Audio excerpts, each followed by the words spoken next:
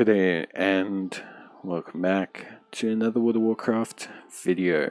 In this video I want to talk a little bit about the Blackrock raid and the gear that you can get and what gear you should specifically consider getting from the Blackrock raid for your class.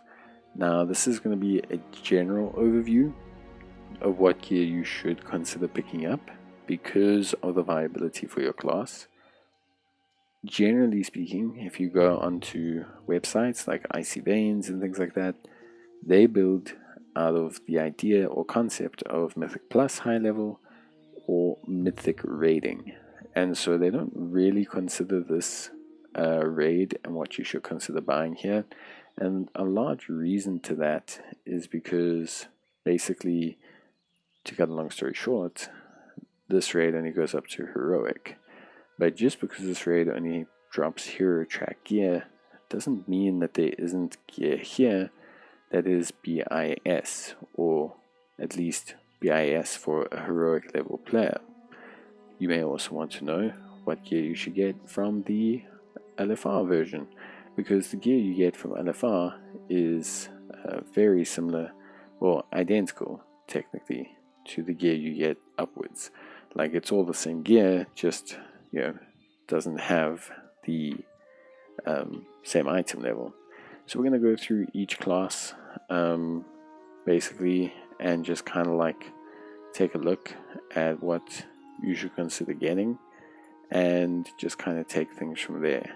I think it is important to note that a lot of these are going to be incredibly straightforward, and I think there's only a couple that you want to focus on, just because of the concept of everything.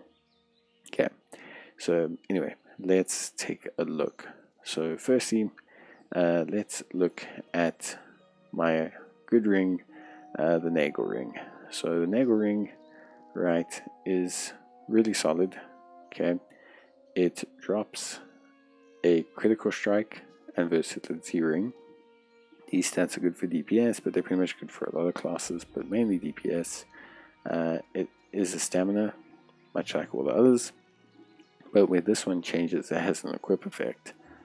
And this equip effect is basically that you will have a chance to inflict arcane damage to the attacker. Now this ring is way more viable for tanks than it is for other classes, due to the fact that it requires you to be hit. Is it a BIS ring for tanks? Personally, no. The thing is it does increase your damage, but you do sacrifice a lot of substats, and for tanks, substats can be quite crucial. If you're a haste-centric tank, you probably don't want to take it, but you can take it if you really want to. The next important one we're going to be looking at comes from Ambassador Flamelash. So this drops mainly for cloth wearers. So this is the Circle of Flame. I think most people will know this. It drops versatility as its stat. To a certain degree, this is very important. Versatility is a stat that's usable by pretty much every class, so it's not like it's unusable. But basically, it allows you to create mana. Would not say this is strictly BIS. Conversion of mana or health into mana isn't something that's regularly needed to be done. So yeah, I would say this is probably not one that you want to pick up. Next, we are going to take a look at the Dagger Aggie. Now this one is only available via Coffer Keys, and this one is interesting. So this dagger is not shards, but not bottle magma. Where are you, you thing? Grace Hammer, no. Grace Golem, no. Flame Lash, no. Molten Fists, no. Sash, no. there.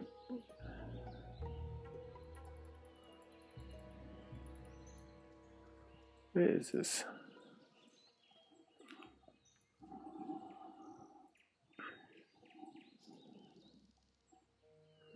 Am I going blind?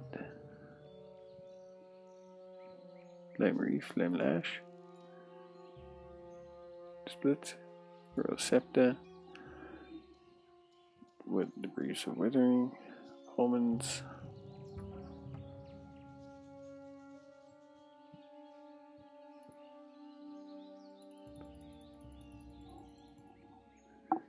I have no idea where this has gone. Maybe I've gone completely blind.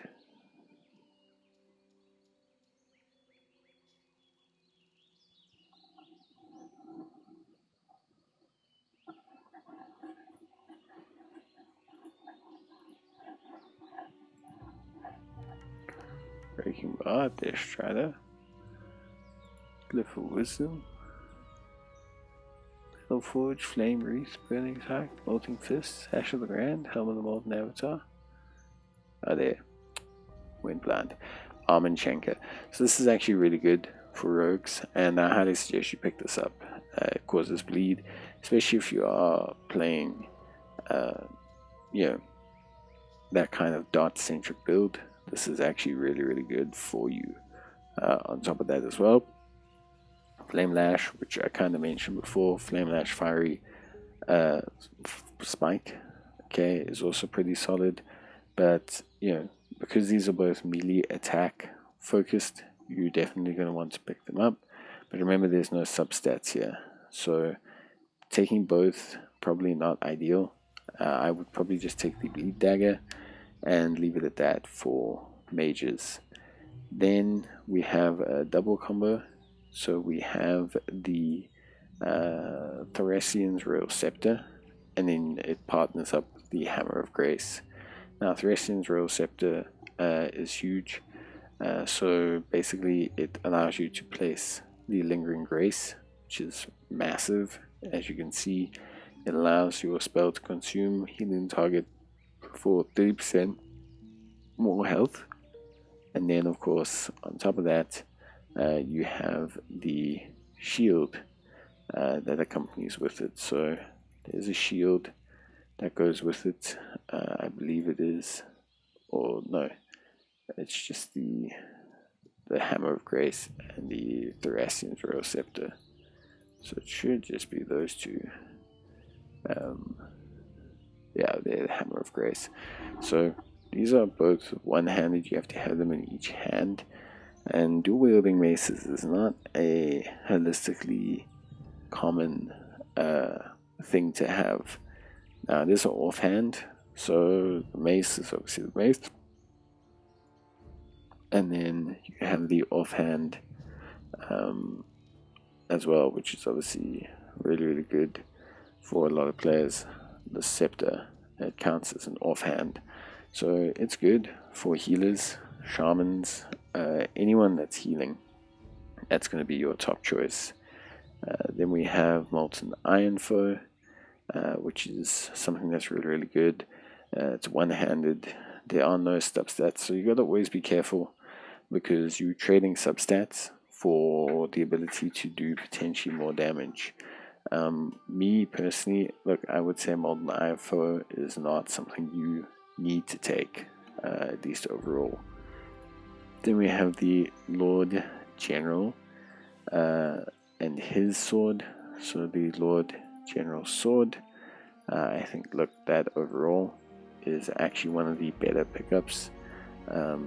So this one, the reason why is two things. So firstly, it's one-handed. Secondly, it has substats. And thirdly, it has a chance to increase your strength or agility stat, your main stat for whatever class you are. That's a 10% increase. Main stats is very important.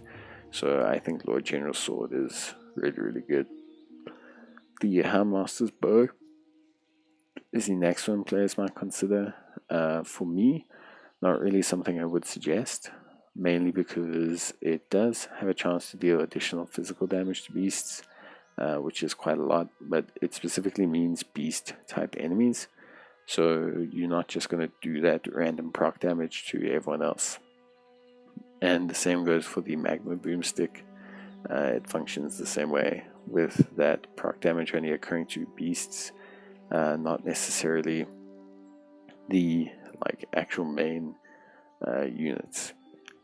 And then we have Flame Reef, which is a pole arm, so a 2-hand pole arm, Flame Wreath, and this one I find to be a potentially interesting pick. So pole arms I think can be equipable by warriors, a couple other classes.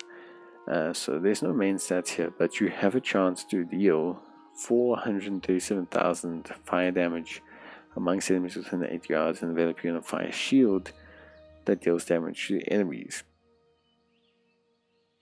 This is very good, and I think it could potentially be something to consider weighing in and using when you are looking to equip gear to your character, especially the heroic variants. I think it could be very, very good. A lot of these effect-based abilities are. And then finally, we have the Guiding Staff of Wisdom. Now, the Guiding Staff of Wisdom is something that I think is potentially very, very good. This has spells have a chance to grant you of a random secondary stat. If you weigh up the value of the stats at that level comparative to what the weapon gives you, the weapon will net you more secondary stats than if the weapon itself had secondary stats. But basically, and you can proc it multiple times, so it is something that's really good for spellcasters. But yeah, that's pretty much it for me. Good day and welcome back to another World of Warcraft video. In this video